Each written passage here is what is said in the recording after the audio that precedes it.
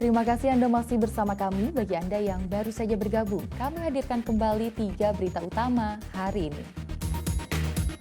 Polisi menangkap kaki tangan penimbun BBM bersubsidi jadi solar dengan modus menggunakan barcode My Pertamina palsu. Gerakan dari berbagai kampus berlanjut. Sivitas Akademika Universitas IBA Palembang suarakan sikap keprihatinan terhadap situasi politik saat ini. Calon Presiden nomor urut 2 Prabowo Subianto batal hadir dalam kampanye akbar di Kabupaten Musirawas. Para pendukung kecewa.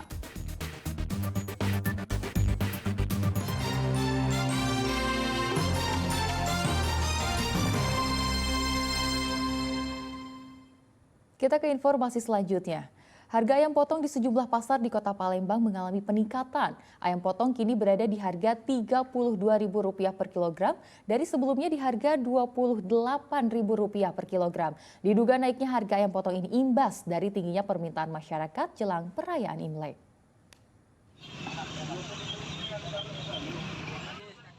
Harga ayam potong kembali merangkak naik.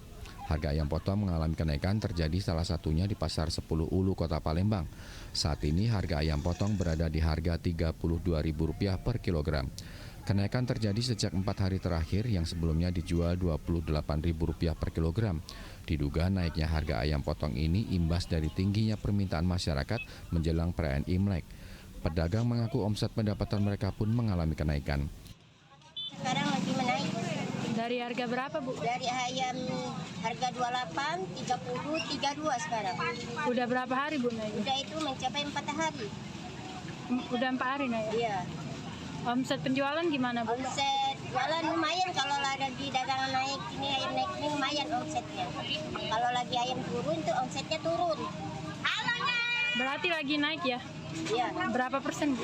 Itu sekitar 80%. Ya biasanya kan aku beli 2 kilo kan, sekarang nurun sekali beli 10 kilo jadi. Harapannya gimana? Harapannya supaya ayam cepat turun.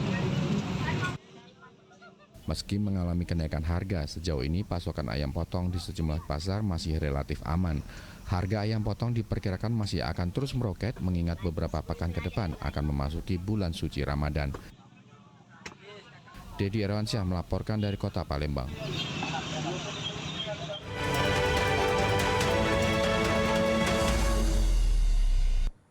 Petisi keprihatinan dalam berbangsa dan berdemokrasi dari kalangan kampus terus berlanjut. Di Palembang, guru besar, dosen, dan mahasiswa Universitas IBA juga turut menyuarakan sikap keprihatinan terhadap situasi politik akhir-akhir ini. Deklarasi petisi keprihatinan dalam berbangsa dan berdemokrasi dari Sivitas Akademika terus berlanjut. Kini giliran guru besar, dosen, dan mahasiswa Universitas IBA Palembang mendeklarasikan keprihatinan terkait ketidaknetralan pemerintah pada pemilu tahun ini. Deklarasi petisi mengawal demokrasi ini digelar di halaman kampus Universitas IBA di kawasan Ilir Timur 2, Kota Palembang. Mereka menyuarakan 6 poin, diantaranya mendesak Presiden Jokowi agar kembali menjadi negarawan yang dapat menjadi tauladan dalam menjalankan kewajiban konstitusionalnya. Sivitas Akademika IBA juga meminta penyelenggara pemilu dalam hal ini KPU, Bawaslu, dan DKPP untuk bersikap netral dan tidak memihak salah satu paslon Capres-Cawapres.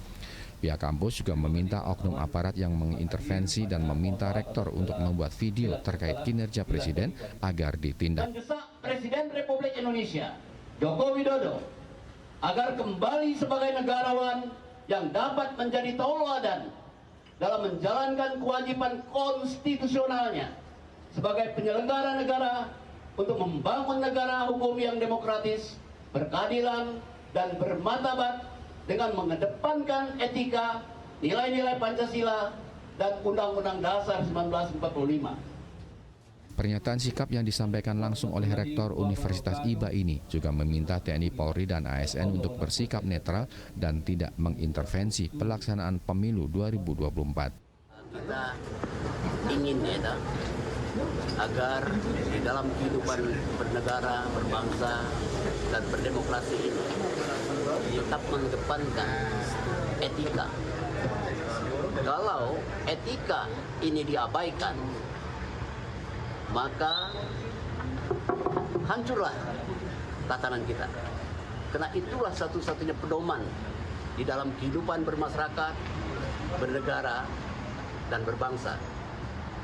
Itu satu. Kedua, kita juga menyaksikan dari kampus melakukan kajian terhadap realitas yang ada di Indonesia.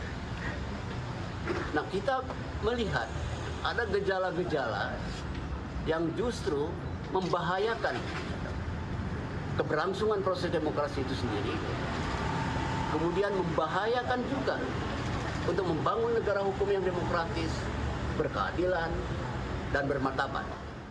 Sivitas Akademika IBA juga meminta kepada elit politik untuk tidak menganggap deklarasi dan pernyataan sikap kalangan kampus sebagai bentuk partisan terhadap salah satu paslon. Muhammad Ardiansyah melaporkan dari Palembang.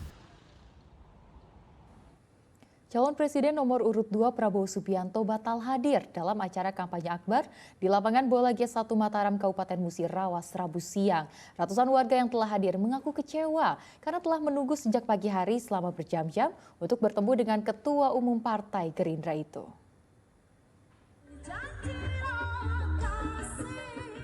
Sejak pagi hari, ratusan warga telah memadati lapangan bola G1 Mataram, Kecamatan Tugu Mulyo, Kabupaten Musirawas untuk menghadiri kampanye akbar calon presiden nomor urut 2 Prabowo Subianto. Namun mereka harus kecewa lantaran Prabowo batal hadir. Meski demikian, acara kampanye akbar yang diinisiasi oleh Parpol Koalisi Indonesia Maju itu tetap berlangsung. Sebelumnya, Prabowo Subianto dijadwalkan hadir pada pukul 13 siang. Namun hingga sore hari, Ketua Umum Partai Gerindra tersebut tak kunjung datang. Sejumlah warga yang telah hadir mengaku kecewa lantaran telah menunggu kehadiran Prabowo selama berjam-jam. Kita datang ke sini rombongan berapa orang, Pak? Oh, ada mobil, Pak. 60 ada, Pak. 60 ya, Pak ya? Satu mobil. Oh, datang ke sini memang kemauan sendiri atau ada yang ngajak? Kemauan sendiri, Pak. Mau bertemu sama Pak Prabowo. Oh, Presiden yang akan mimpin 2024. memang pendukung Pak Prabowo ini. Mudah-mudahan. Mudah-mudahan datang dia, Pak. Pak, ini kan informasi kami dapat terima tuh katanya Pak Prabowo tidak jadi datang, itu seperti apa Pak perasaannya, Pak? Perasaannya kecewa, Pak. Masyarakat nggak datang, kecewa, Pak. Kecewa ya, Pak ya? Karena kita pengen ketemu Pak Prabowo. Pengen ketemu, Pak. Menurut panitia, Prabowo Subianto batal hadir karena harus menghadiri kegiatan sebagai Menteri Pertahanan yang tak bisa diwakilkan. Pak Prabowo gagal hadir di Musirawas bukan karena sengaja, tapi karena bernegara. Habis itu dia tadi kita mohon maaf, saling hormat kepada masyarakat Musirawas. Terkait kampanye akbar ini, aparat Polres Musirawas melakukan pengalian arus kendaraan untuk mengantisipasi terjadinya kemacetan di sekitar lokasi. Muhammad Ardiansyah melaporkan dari Musirawas. Gudang logistik pemilu 2024 di sejumlah PPS di Kecamatan Martapura, Kabupaten Ogan, Komering Ulu Timur diperiksa jajaran Polsek Martapura. Pemeriksaan ini guna memastikan kondisi kelayakan gudang. Polisi juga akan menempatkan personelnya di sejumlah gudang logistik pemilu di tingkat PPS. Jajaran Polsek Martapura mengecek gudang logistik pemilu 2024 di tingkat panitia pemungutan suara PPS di Kecamatan Martapura, Kabupaten Ogan, Komering Ulu Timur. Satu persatu sudut di dalam gudang pun diperiksa secara teliti oleh petugas. Selain memperhatikan fisik bangunan, polisi juga memastikan gudang logistik bebas dari banjir dan tindak pidana. Pengecekan dilakukan untuk memastikan kondisi atau kelayakan gudang penyimpanan logistik pemilu 2024 sudah sesuai dengan standar keamanan. Pemeriksaan akan dilakukan polisi secara bergilir di 7 gudang PPS di Kecamatan Martapura. Hari ini sengaja kita jadwalkan untuk mengecek kesiapan dari rekan-rekan kita penyelenggara pemilu. Dalam hal ini juga terkait dengan masalah gudang logistik yang nanti transitnya sebelum ke TPS di PPS, yang kemudian dari TPS nanti setelah pengrah langsung ke PPK. Ketika logistik nanti sampai di gudang, apakah ada pengamanan nanti, Pak? Untuk di gudang sudah ada pengamanan, Selain dari petugas TPS itu sendiri beserta Linmas, kemudian nanti bersama-sama mengantar, mengawal ke TPS. Kemudian nanti setelah nanti di PPK juga sudah ada lapis ganda pengamanan yang disiapkan oleh Polres Bogor Timur. Pengamanan ini sampai di hari H pencoblosan nanti, Pak? Ya, sampai di hari pencoblosan, sampai kotak suara itu sampai diterima di PPK. Rencananya logistik pemilu akan didistribusikan ke gudang logistik di tingkat panitia pemungutan suara ini 3 hari menjelang pencoblosan. Nantinya gudang akan dijaga secara ketat oleh personel kepolisian dibantu petugas Linmas dari masing-masing BPS.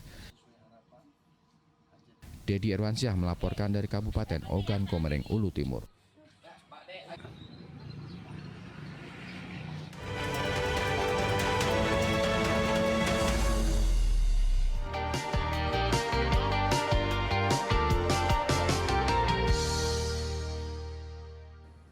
Dan laporan tersebut mengakhiri berita Palembang hari ini. Saya Tia Anissa, berterima kasih atas perhatian dan kebersamaan Anda.